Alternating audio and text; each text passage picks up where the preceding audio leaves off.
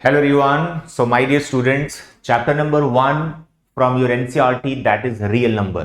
ये मैं अभी आपको पढ़ा रहा हूँ. इससे पहले मैं आपको चैप्टर 2, 3 एंड 4 एकदम कंप्लीट करवा चुका हूँ एनसीईआरटी से विद एक्स्ट्रा क्वेश्चंस. मेरे बच्चे, रियल नंबर एक छोटा सा चैप्टर है. आज के लेक्चर के बाद एनसीईआरटी से ये चैप्टर एकदम कंप्लीट हो जाएगा. फिर मैं इसके बहुत सारे एक्स्ट्रा क्वेश्चंस आपको करवाऊंगा जो मोस्ट एक्सपेक्टेड रहते हैं for your final board exam. और आज के 4 क्वेश्चंस जो मैं अभी आपको करवाने वाला हूं, दे आर वेरी इंपॉर्टेंट. इन 4 में से कम एक क्वेश्चन हमेशा सीबीएसई फाइनल एग्जाम में पूछा जाता है. और आपके जो स्कूल एग्जाम होते हैं लाइक प्री मिड टर्म या फिर प्री बोर्ड्स, उनमें भी इस टाइप का क्वेश्चन पूछा जाता है. तो आज के 4 क्वेश्चंस अच्छे से समझने हैं, इनको नोटबुक पे नोट कर लेना है. कोई डाउट आए तो कमेंट करें, लेकिन 4 क्वेश्चंस आपके परफेक्ट होने चाहिए. ठीक है, बहुत इजी है, बेसिक है, सिंपल है, कोई डिफिकल्ट नहीं है. इरेशनलिटी ऑफ रियल नंबर्स, उस पे ये क्वेश्चन है. एक्सरसाइज 1.2, इन क्वेश्चंस को करने के बाद एक्सरसाइज 1.2 आपकी एनसीईआरटी में वो भी एकदम कंप्लीट हो जाएगी. ठीक है, तो लेक्चर इज वेरी इंपॉर्टेंट. सभी के सभी 4 क्वेश्चंस आपको अच्छे से बना लेने. मेरे बच्चे, चैप्टर रियल नंबर ये आपको पढ़ाया जा रहा है.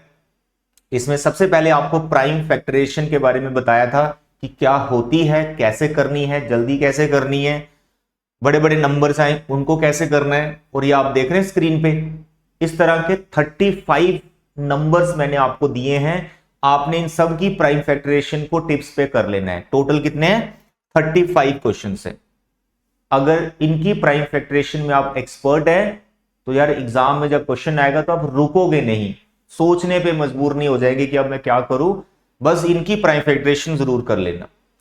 उसके बाद मैंने एचसीएफ और एलसीएम आपको सिखाया कि किस तरह से फाइंड करते हैं, जल्दी कैसे फाइंड करना है, और अगर 3 नंबर हैं तो उनका एचसीएफ एलसीएम हम कैसे निकालते हैं, एवरीथिंग.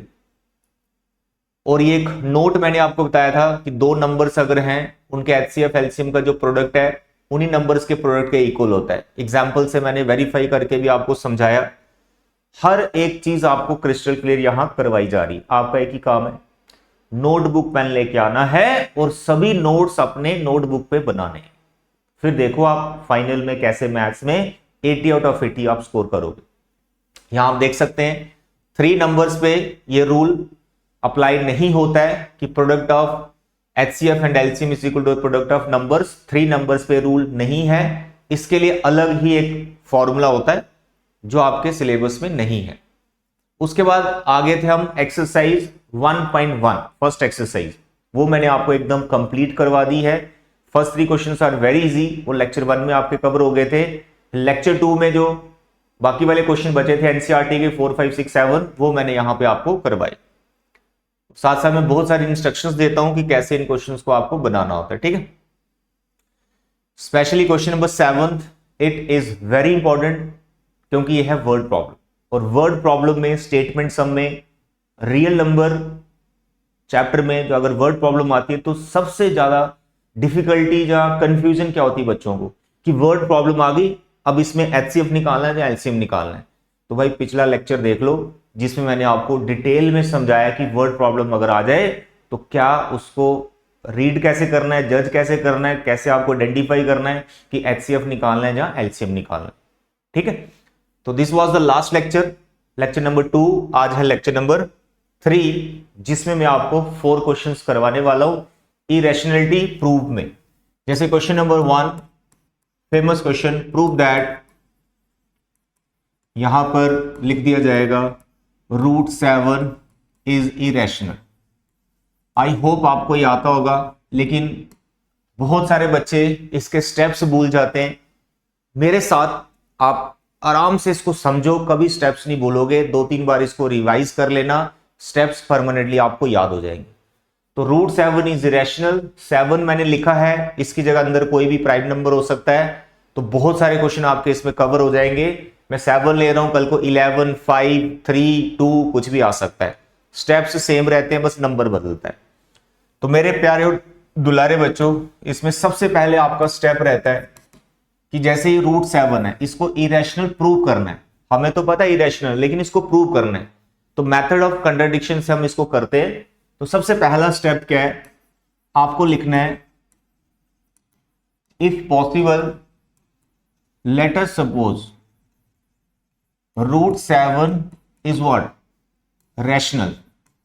अगर पॉसिबल है तो हम मान लेते हैं ये एक रैशनल नंबर है, नंबर लिख सकते हैं आगे, let this is a rational number, this is a first line. तो जब आपने इसको मान लिया ये एक रैशनल नंबर है, उसके बाद आप इसको फिर से लिख सकते हैं let √7 is equal to P by Q. क्यों? क्योंकि आपको पता है जो रैशनल नंबर है वो P बाई क्यू की फॉर्म में लिखे जा सकते हैं, इसलिए इसको जब हमने रैशनल नंबर माना तो इसको हमने P बाई क्यू की फॉर्म में लिख दिया। अब यहां बहुत इंपॉर्टेंट लाइन क्या है, P और Q को आपको समझाना है कि वो क्या है जिसे आपने √7 जिसके इक्वल रखा। तो बस आपको यहां लिखना है where P and Q are को प्राइम इंटीजर्स, ठीक है, और Q 0 नहीं हो सकता, दैट यू नो, Q 0 नहीं हो सकता, नॉट डिफाइंड हो जाएगा नहीं तो ये। तो ये लाइन बहुत इंपॉर्टेंट है, इसी पे हमारा क्वेश्चन टिका हुआ है, एंड में हम इसी से कंक्लूड करते हैं चीजों को कि where P and Q are coprimes integers, coprime. तो सबसे पहले आपको पता होना चाहिए को प्राइम्स होते क्या हैं। मेरे बच्चे, ऐसे दो नंबर जिनका HCF 1 हो, मतलब P और Q ऐसे दो इंटीजर्स हैं, जब आप इनका HCF लेंगे तो वो 1 आएगा, मतलब इनमें कॉमन कुछ भी नहीं है, ये P और Q में कॉमन कुछ भी नहीं है। फॉर एग्जाम्पल समझाने के लिए मैं आपको बता रहा हूं कि एक 2 हो सकता है, दूसरा 3 हो सकता है। देखें 2 और 3 में कुछ भी कॉमन नहीं है सिवाय 1 के, इनका HCF 1 होगा। ऐसे नंबर्स को को प्राइम बोलते हैं, मतलब P और Q जो आपने लेट किए हैं ये अदर देन 1 किसी और से अभी डिवाइड नहीं हो रहे, जहां सिर्फ अपने आप से डिवाइड हो रहे हैं, यानी इनमें कुछ भी कॉमन नहीं है सिवाय 1 के। तो जब आप क्वेश्चंस करोगे तो क्वेश्चन करने के दौरान आपको यह पता चलेगा कि जिनको मैं को प्राइम बोल रहा था वो बेसिकली को प्राइम नहीं है, उनमें कुछ कॉमन आ गया अदर देन 1। मैंने बोला P और Q में कुछ कॉमन नहीं है अदर देन 1, लेकिन ड्यूरिंग कैलकुलेशन अदर देन 1 कोई फैक्टर कॉमन आ जाएगा, उससे ये कंट्राडिक्शन आ जाएगी, जो हमने लेट किया वो गलत हो गया, इसलिए वो बाद में हम उसको इरेशनल बोल देंगे। तो करना कैसे है उसको ध्यान से सुने। तो this is the first step. जैसे ही आपने मेरे बच्चे इसको √7 को P बाई क्यू के इक्वल लिया, आपने फिर लिखना है स्केयरिंग बोथ साइड। इसी वक्त आप इसको स्केयरिंग कर दीजिए, रूट हटा दीजिए, 7 is equal to P square by Q square हो जाएगा। इसके बाद इसको क्रॉस मल्टीप्लाई कर दीजिए, ये जो न्यूमिनेटर वाला पार्ट है P स्केयर वो आप लेफ्ट साइड में रखिए, राइट साइड में आप इसको ले जाइए, ये 7Q स्केयर हो जाएगा। जैसे ही आप यहां पे पहुंचेंगे तो आपको 8th क्लास की याद आएगी, क्योंकि 8th क्लास में आपने एक लॉन्ग डिवीजन मेथड में एक फॉर्मूला सीख रखा है, यहां मैं लिख देता हूं, डिविडेंड। डिविडेंड किसके इक्वल होता है, divisor multiply quotient plus remainder, है ना। ये डिवीजन का रूल है। डिविडेंड किसके इक्वल होता है, divisor into quotient plus remainder. For example मैं यहां पे 15 लिखता हूं, तो 15 को I can write 5 into something, तो समथिंग यहां 3 और प्लस 0। बताइए प्लस 0 क्यों? क्योंकि जब मैं 5 को 15 से डिवाइड करूंगा तो रिमाइंडर 0 आएगा, क्योंकि जो 15 है वो 5 से पूरा पूरा डिवाइड हो जाता है। अगर मैं 0 नहीं लिखूं तो मैं 15 को सिर्फ ऐसा लिख सकता था 5 इंटू समथिंग, समथिंग यहां पे 3 है। तो ये वाली जो लाइन है ये आपको ये समझा रही है 5 15 को डिवाइड करता है कंप्लीटली। अब इसको देखो और इसको देखो, दोनों सेम ही चीजें हैं। आपका डिवाइजर यहां पे 7 है, डिविडेंड आपका P स्केयर है, क्वोशिएंट आपका Q स्केयर है, और रिमाइंडर यहां पे 0 है, क्योंकि प्लस समथिंग यहां कुछ भी नहीं है, जैसे इसमें मैंने दिखाया।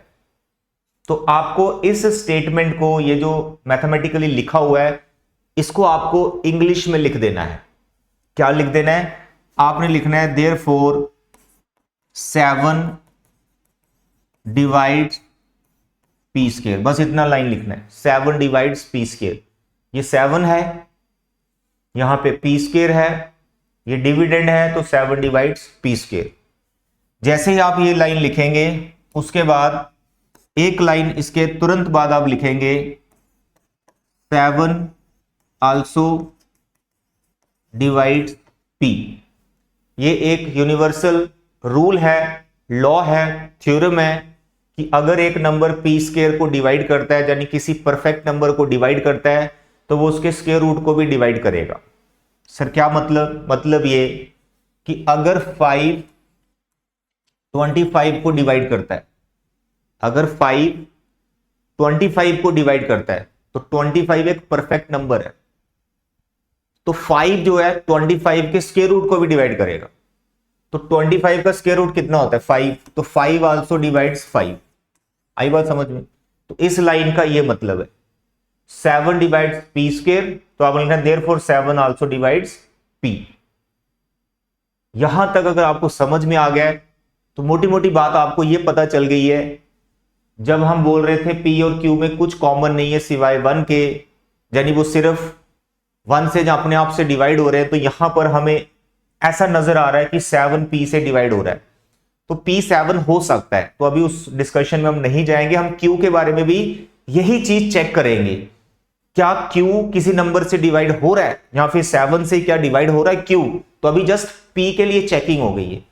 तो मेरे बच्चे यहां पे इसको नंबर 1 रख लेंगे, इसको नंबर 2 रख लेंगे। देखा कितने अच्छे से पढ़ाता हूं, बस आपका काम है नोट्स बनाना।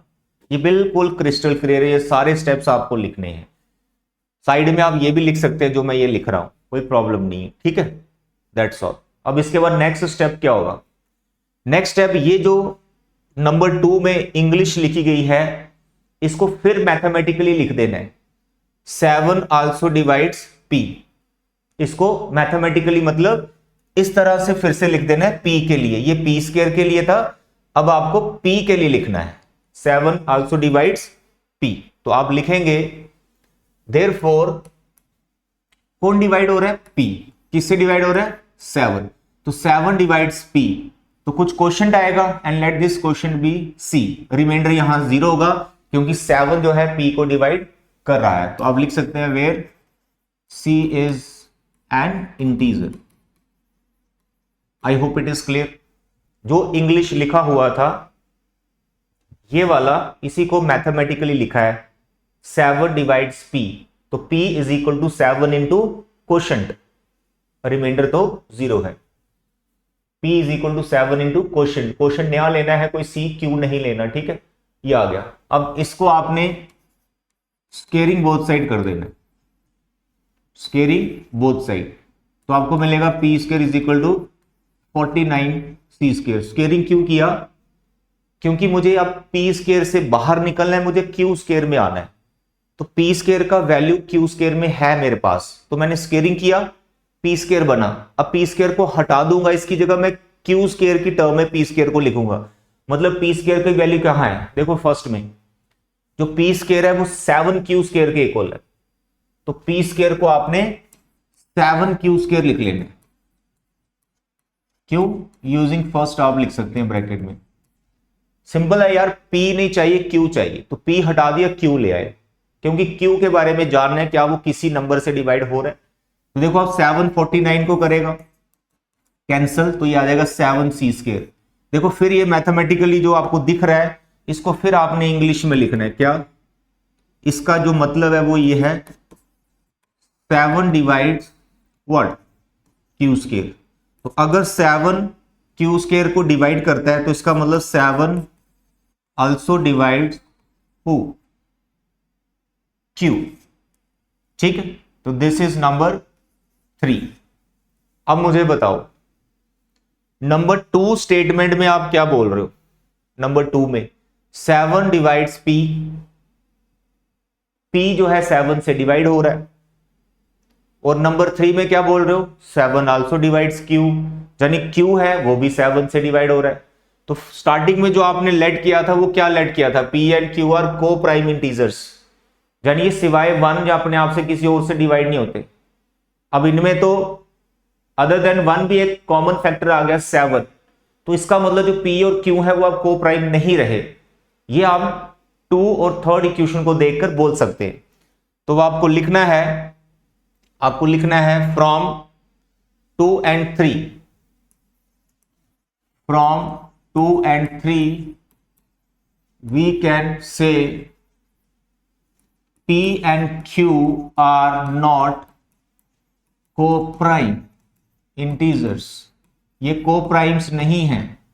इसका मतलब जो हमने सपोज किया था, therefore our supposition is what? wrong। जो हमने सपोज किया था वो गलत है। इसका मतलब वो रैशनल नहीं, वो इरेशनल ही होगा। Hence √3 √7 is what? irrational। proved। ये था क्वेश्चन छोटा सा। 99% फाइनल के हर बार एवरी ईयर ये फाइनल एग्जाम में पूछा जाता है ये क्वेश्चन। 99%। ये नहीं आया तो इसके बाकी साथी आ जाते हैं जो भी मैं आपको करवाने वाला हूं, वो इससे बहुत इजी हैं, छोटे भी हैं, प्रैक्टिस में वो उनकी लेंथ भी कम है। लेकिन ये जो मैंने करवाया काफी डिटेल में है, स्टेप्स को याद कर लो, बार बार इनको प्रैक्टिस कर लो, कोई प्रॉब्लम नहीं आई। क्वेश्चन नंबर 2 देखिए। क्वेश्चन नंबर 2 में कुछ इस तरह से पूछ लिया जाएगा, जैसे 3 - 5 √2 ऐसी कोई टर्म होगी, इज इरेशनल। इसको इरेशनल करना है तो इसमें 99% ये गिवन होता है कि √2 जो इसके अंदर है वो इरेशनल है। It is given that √2 is irrational. फिर उसकी इरेशनलिटी को प्रूव नहीं करना। अगर ये थोड़ा सा लेंथ ज्यादा मार्क्स का आया, 4 मार्क्स का या 3 मार्क्स का या 5 मार्क्स का ऐसा भी आए, तो फिर आपको √2 को भी इरेशनल करना होगा। वो मेंशन रहता है क्वेश्चन के अंदर कि पहले √2 को इरेशनल करो, उसके बाद आप इसको इरेशनल प्रूव करो। यहां पर आपको 3 - 5 √2 को इरेशनल प्रूव करना है और बगल में ऐसा लिखा रहता है, it is given that √2 is irrational, ऐसे लिखा रहता है। तो √2 को इरेशनल दिखाने की जरूरत नहीं है, आपका कंसर्न सिर्फ ये नंबर। Is it okay? स्टार्टिंग में प्रोसेस सेम है। लेट अस सपोज, है ना, इफ पॉसिबल लिख लो, if possible let us suppose what? 3 - 5 √2 is rational. ठीक, अगर ये रैशनल है तो हम इसको लेट कर सकते हैं कि this is equal to P/Q, where P and Q are, इसमें खाली इंटीजर्स भी लिख सकते हो, जहां सिंपली को प्राइम इंटीजर्स भी लिख सकते हो, क्योंकि इसमें को प्राइम का कोई रोल नहीं है। इसको अलग कॉन्सेप्ट से हम समझेंगे। तो this is equal to P/Q।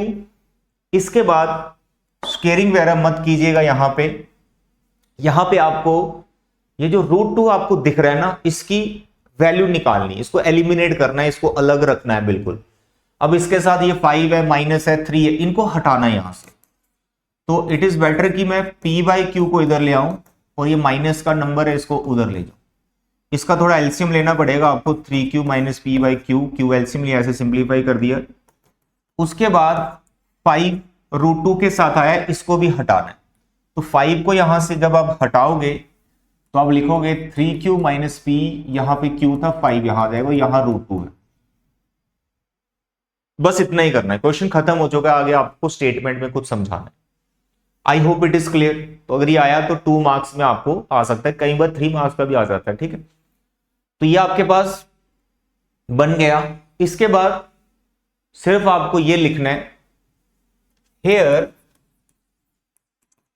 इसको तो तुम जानते हो √2 इज इरेशनल, है ना, ये तो इरेशनल है। एंड इसको क्या जानते हो आप, 3Q - P/5Q को, ये नंबर क्या है, क्या ये भी इरेशनल है? आप लिखेंगे and this is rational. This is rational because P and Q are integers. ये रैशनल है क्योंकि इसके अंदर जो P Q है वो इंटीजर्स हैं। 3 5 तो पहले से इंटीजर है और P Q भी इंटीजर्स हैं।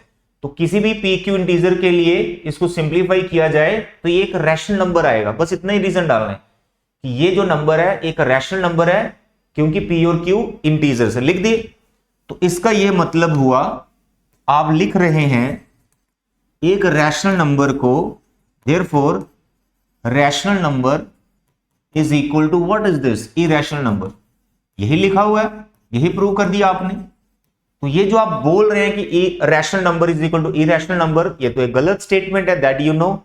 कभी भी रैशनल इरैशनल के इक्वल नहीं हो सकता। तो आप लिखेंगे but this is what, false, this is false. आगे वही कहानी। So our supposition is wrong, our supposition is wrong, hence जो नंबर आपको दिया था वो इरैशनल है। आगे 2 लाइन आप ये लिख लेना इंग्लिश में। आई होप इट इज क्लियर। तो ऐसे सिंपल और बेसिक क्वेश्चन भी आते हैं।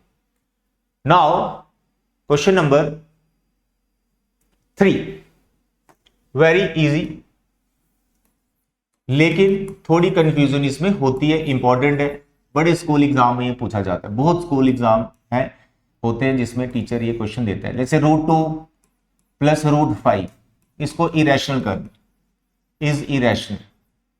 It is given that √2 and √5 are irrational. तो आपको प्रूव करना है कि ये पूरी टर्म इरेशनल है। ऐसा लिख के मत आ जाना कि that we have studied in class 9th these two number are irrational and sum of irrational is equal to irrational। ऐसा लिख के मत आ जाना। आपको इसको प्रॉपर प्रूव करना है, प्रॉपर्टी नहीं बतानी है कि प्रॉपर्टी यूज करके मैंने इसको बोल दिया, नो, आपको इसको प्रूव करना होता है। तो इसलिए थोड़ी कैलकुलेशन करके ही प्रूव होगा कि ये इरेशनल है या नहीं। तो मेथड ऑफ कंट्राडिक्शन ही इसमें चलेगा मेरे बच्चे। सेम स्टेप्स हैं, लेकिन थोड़ा ध्यान रखना इसमें कि प्रोसेस क्या है मेरे बच्चे। फिर वही, if possible let us suppose what, √2 plus √5 is rational. इसको रैशनल मान लिया, तो स्पेलिंग मेरा ठीक लिखना भाई, rational. So let √2 plus √5 is equal to P/Q। देखो फर्स्ट क्वेश्चन जो मैंने करवाया वो सिंगल एक इरेशनल था, मतलब सिंगल टर्म थी √2, इसके स्टेप्स ये। नेक्स्ट क्वेश्चन जो मैंने करवाया उसमें भी √2 सिंगल है, बाकी इंटीजर्स हैं, तो √2 का वैल्यू निकल जाता है। लेकिन अभी जो आप क्वेश्चन कर रहे हो इसमें दो रूट है, तो आपका मेन काम इसमें यही है कि 2 रूट आपको दिखने नहीं चाहिए, 2 रूट नहीं चाहिए, रूट एक ही चाहिए जिससे कंट्राडिक्शन आएगी। तो यहां पर स्केयरिंग करना है, लेकिन बहुत से बच्चे इधर ही स्केयरिंग कर देते हैं। जैसे आपने इसको P/Q के इक्वल लिया, यहीं पे स्केयरिंग कर, यहां स्केयरिंग नहीं करना है आपको इन दोनों में से किसी एक को दूसरी तरफ ट्रांसफर करना है, उसके बाद स्केयरिंग करना है। ये स्टेप बच्चे भूल जाते हैं, तो मैं पढ़ा रहा हूं, आपको याद रहना चाहिए। तो मेरे बच्चे आपको इधर एक रूट को उधर ट्रांसफर करना है, अब आपको स्केयरिंग करना है, ये आप नहीं भूलेंगे, ठीक है। तो यहां पे √2 का स्केयर और यहां पे P/Q माइनस √5 का स्केयर। तो इसका स्केयरिंग सिंप्लीफाई करके क्या होगा, सिर्फ एक ही रूट वाली टर्म बचेगी √5, बस उसकी वैल्यू निकाल देनी जैसे अभी क्वेश्चन 2 में निकाली। तो उसके बाद फिर मेथड ऑफ कंट्राडिक्शन आ जाएगा। तो मेरे बच्चे √2 का स्क्वायर किया तो 2 आ गया, दूसरी तरफ है P/Q माइनस √5 का होल स्क्वायर। तो इसको आइडेंटिटी से ओपन करना, कैसे, P/Q a स्क्वायर हो गया प्लस ये b स्क्वायर हो गया माइनस 2, ये a हो गया और ये b हो गया। यहां पर देखें कितनी स्क्वायर रूट वाली टर्म आपको नजर आ रही है, सिर्फ एक, ये है √5। इसका स्क्वायर तो खत्म होने वाला रूट, क्योंकि ये स्क्वायर है 5 आएगा इसका, तो रूट सिर्फ एक, बस इसकी वैल्यू आपको निकालनी। तो सिंप्लीफिकेशन थोड़ी सी करनी पड़ेगी।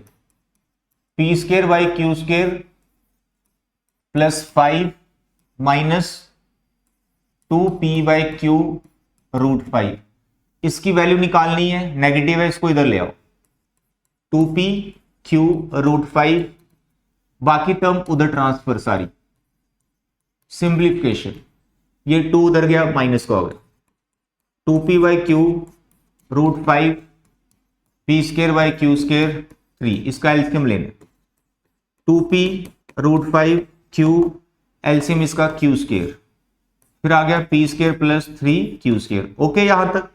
अब आप क्या करें, जैसे q है इसको उधर क्रॉस कर दीजिए, एक साथ कर सकता हूं बट स्टेप्स बता रहा हूं। q को उधर कर, जैसे q उधर करेंगे ये आएगा p²q, या फिर इसको कैंसिल कर दो, ये थोड़ा डायरेक्ट हो जाएगा। जैसे q है यहां q² है, दोनों के डिनोमिनेटर में सेम नंबर आ रहा है, ये कैंसिल कर सकते हैं, तो यहां बचेगा आपका 2p√5, यहां रहा p², 3q² और यहां खाली एक q बचेगा क्योंकि एक q कैंसिल हो गया।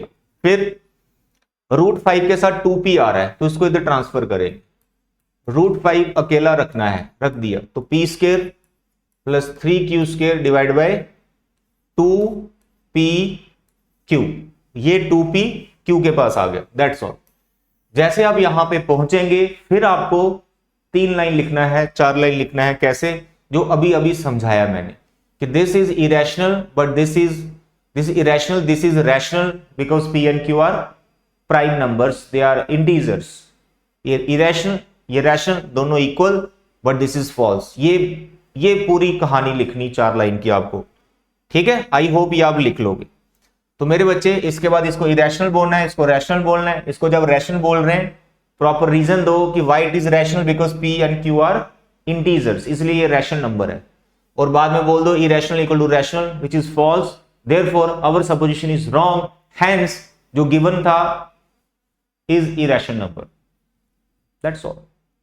करना जरूर इस क्वेश्चन को, ठीक है। अब चलिए नेक्स्ट क्वेश्चन, क्वेश्चन नंबर 4। अब question number 4 is very easy, या बना लेंगे। इसमें क्या होता है, कई बार जो 3 क्वेश्चन मैंने आपको कराए इसी से रिलेटेड ही क्वेश्चन होता है इसका, ठीक है। लेकिन कई बार क्या होता है, जो रूट है ना वो बहुत सारे और इंटीजर से घिरा होता है, तो बच्चा कंफ्यूज होता है, अरे यार बहुत भयंकर टाइप क्वेश्चन आ गया, ऐसा कैसे करें। नहीं, बहुत सिंपल है। देखो ऐसे लिखा होगा 3 + √5√7 डिवाइड बाय 2, ऐसे। तो बच्चा घबरा जाएगा, अरे भाई ये कैसा नंबर आ गया, सर ने तो इतना करवाया था, सर ने सिंगल करवाया था, सर ने 2 रूट, ये कैसे डिवाइड में आ गया। अरे भाई इसका करने का प्रोसेस सेम है। If possible let us suppose it is rational, इसको p/q के को लेना है।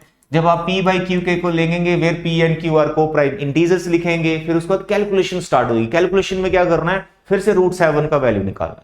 तो √7 का वैल्यू कैसे निकालेंगे, ये एक्स्ट्रा 2 आ गए, बस इसको उधर ट्रांसफर कर देंगे, क्या प्रॉब्लम है, कोई प्रॉब्लम नहीं। इसको 2 को उधर ले जाएंगे, 2p/q हो जाएगा, फिर 3 को उधर ले जाएंगे, 5√7 2p, ये 3 इधर जाएगा, फिर इसका एलसीएम लेंगे इसके साथ 5√7, the LCM is q, 3p minus 2p minus 3q, फिर ये 5 है, 5 इधर आ जाएगा, तो √7 is equal to 2p minus 3q divide by 5 इधर जाएगा 5q, दैट्स ऑल।